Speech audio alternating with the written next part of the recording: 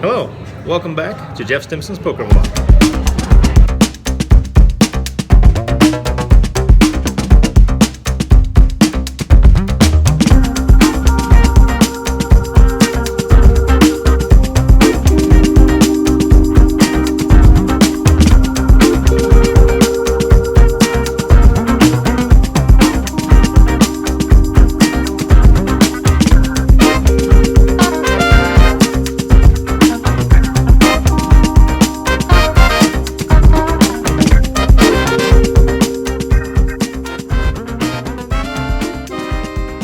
Alright, so we're going to get into a 1-3 game here at Mandalay Bay. Haven't played over here, so thought we'd check it out.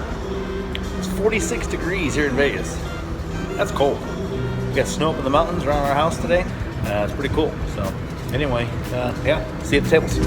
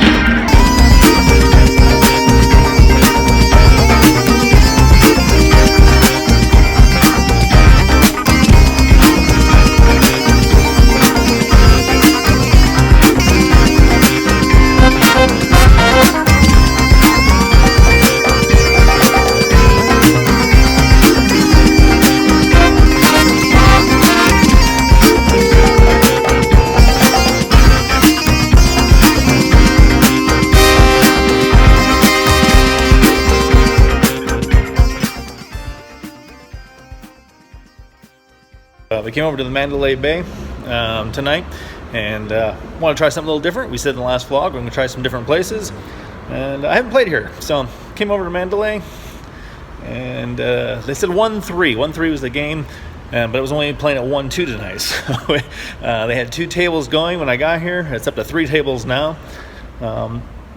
Pretty slow play, nothing big going on. Starting stack was 300, and was playing probably the first hour and a half, and I think won 2 pots, nothing big, and was down maybe about $50. So let's stop walking.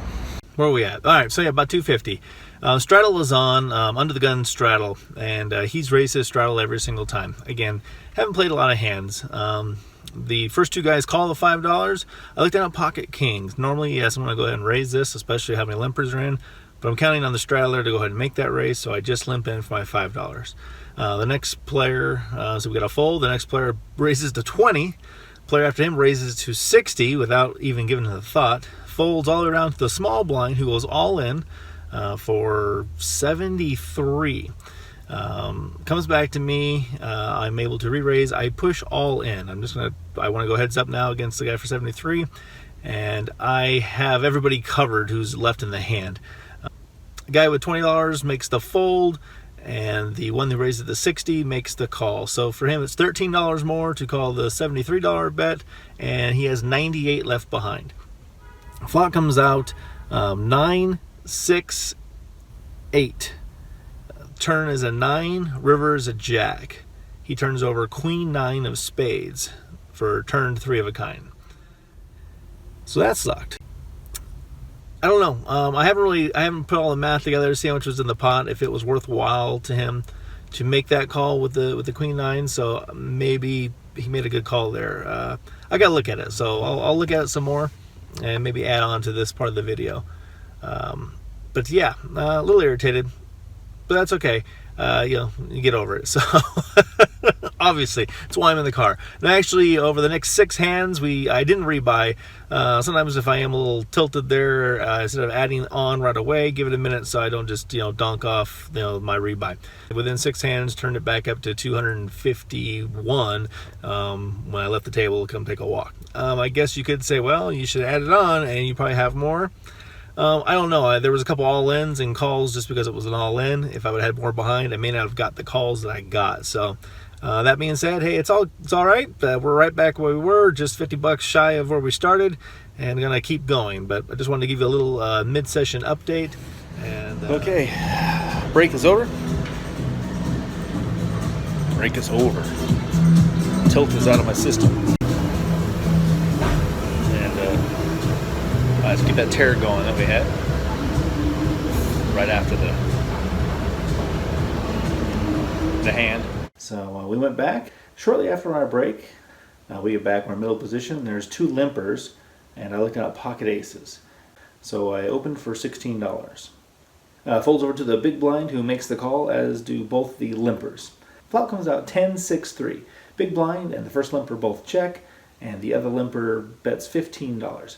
He only has about 44 behind, so I want to just go ahead, get it in against him, go heads up, get the other 2 out of the pot. So I go ahead and raise enough to put him all in. Big blind, the other limper both fold, and he makes the call. The run out doesn't help us. He shows pocket 10s to take that one down. The lack of run good is apparent this evening. Shortly thereafter, we actually felted, and we rebuy for another $300. We put in for a table change, go to a new table. So my biggest hand of the night comes at this new table. I'm under the gun, I look down at pocket 9s. So I raise to $10. Middle position makes a raise to $31. The big blind calls. I call as well. We're off to a flop of Queen 10-3 with 2 spades. Actually, it checks through, and the turn comes with 9 of spades. The big blind bets out $50.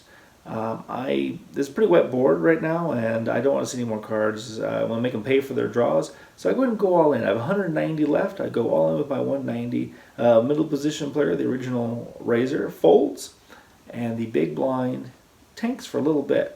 He says, well, I guess I call. He throws in his chips. He turns over king queen, so he has top pair and a jack for the straight. He has no spades in his hand, thankfully, so the amount of outs I have to fade is limited. So the river comes out clean, we take that one down, and our total is now up to about $470, so we're back on the winning track. Hopefully we can continue on. So a few hands later, we're on the button. Middle position raises up to 11, folds around to me. We look down at ace king of clubs. I go ahead and put a re-raise in to $30. Small blind makes the call. The original raiser folds. So we're off to a flop of king, queen, deuce with 2 diamonds. The small blind checks. We go ahead and continuation bet here. And if he has the diamond draw, let's make him pay for it. We put a bet of $55. He check raises us, goes all in. Fortunately, he only has about 120 or so behind. So we quickly make the call. We have a safe run out. We show our ace king. He mucks his hand, and we take that one down. And guess what? We are back in the black. We're sitting over $600 finally in our stack, and I'm glad we stuck around. The run good has definitely amped up at this table. We play for a little bit longer, and we end up cashing out for right around $758 of the night. We book a win, and we decide, you know what, we're going to probably go ahead and come back tomorrow. Over here at Mandalay Bay. I'm going to go back to the card room. Had a good session last night. Going to continue it tonight. I think I'm going to get inside now. I'm cooling down a little bit, and see if we can heat up the book tables. All right.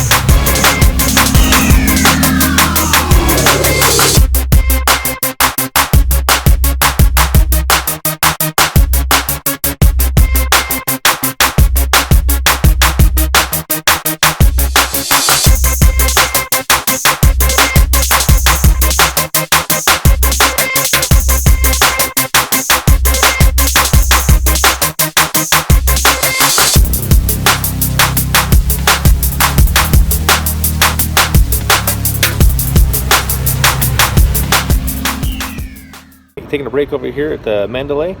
We got here, there's 2 tables going, and right now I think we're up to 4. So sat down with a familiar face at the table from last night, Tyler from Memphis, Tennessee. So it was good playing with him again.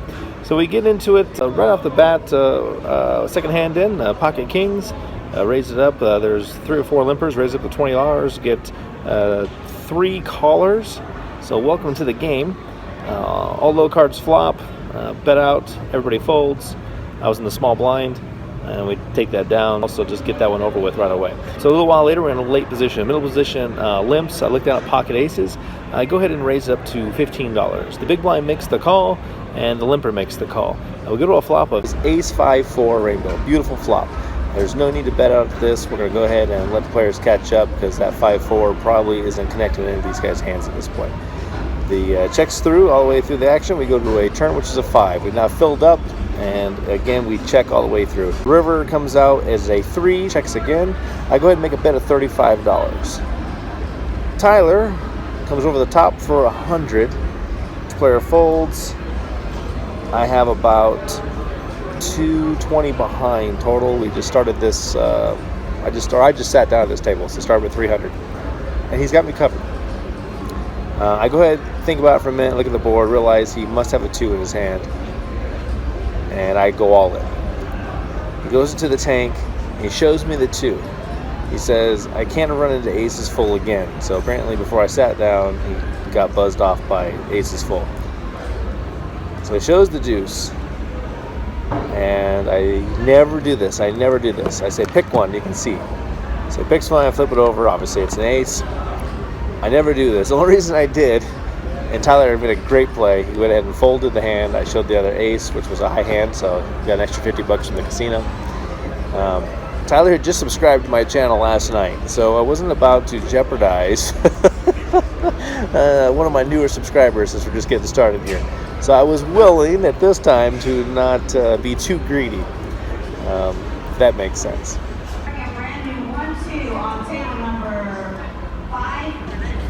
Good news. So I started another table. So a little while later, we do run King Jack. Hit a. We turn a straight. 2 players in. Heavy betting. I go ahead and push them both all in. I got them covered at this point in time. The button behind me calls. He's on a diamond draw. Hits the diamond on the river. That's okay. It was minimal.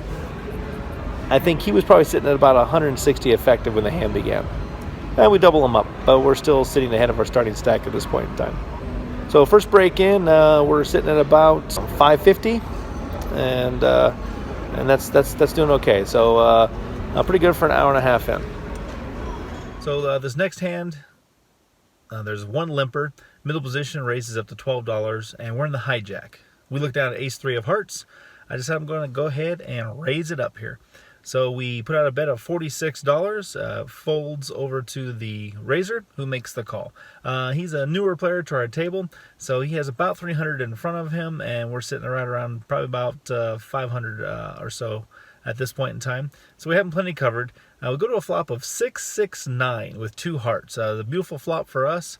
He checks. Of course, we're going to go ahead and continue here. And I think, honestly, he just sat down, so my ranges are pretty wide at this point for him. So, any pair really kind of makes sense. So I go ahead and continuation bet for $60, and he quickly makes the fold. So that was an easy one, not much to think about there. Not really a bluff, semi-bluff, but obviously if we could get there, ace high was probably even good at this point in time. Okay, it's been a little over an hour, and we're sitting at probably about 300 up, or we're sitting right around 600. And honestly, probably not going to stay too much longer. The action's a little bit slow, and we had a late night here last night, so we might go ahead and call it early night. It is about 1:15, so in the morning. So it might be a good time to go. We'll get back to the table, see if there's anything good going, and then we might just go ahead and call it a day and go from there. I do want to send a shout out to Tyler in Memphis, Tennessee, and his poker buddies over at Tunica. If I ever get a chance to get out there, maybe have a meetup game or something in the future, I'll get out to Tunica and meet up with you again. So that's what we got at this point in time, and we'll see you at the tables. Boom. Okay, so we're wrapping up over here at Mandalay Bay. Got a little visit with the sharks there, and got a couple days of playing. And thanks again for joining me on my vlog. We're going to continue to hopefully grow this channel a little bit more, but going to need your help. Please hit the like and subscribe buttons, and hit the notification bell as well.